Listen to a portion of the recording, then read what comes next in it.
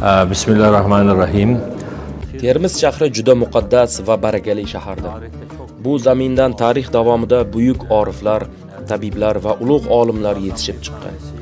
Ularning eng mashhurlaridan va eng muhimlaridan biri Hakim Termiziy hazratlaridir. Ayni paytda biz ana shu ulug' zotning huzurida turibmiz. Bu zot juda qimmatli va bebaho asarlar meros qoldirganlar. Keyinchalik ularning shogirdlari islomni ham hikmat, ham irfon nuqtai nazaridan chuqur sharhlab, uning ma'naviy mohiyatini keng yoyganlar.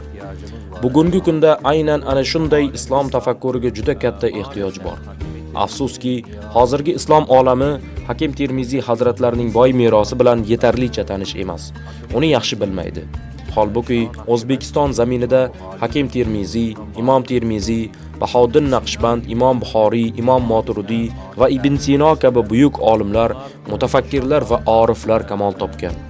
Ishonamanki, ularning bebaho merosi O'zbekistonning yangi renessansini barpo etishda beqiyos hissa qo'shadi. Men O'zbekistonga ilk bor keldim. Bu yerda barpo etilgan ushbu muhtasham va nihoyatda go'zal majmuani ko'rib, katta taassurot oldim.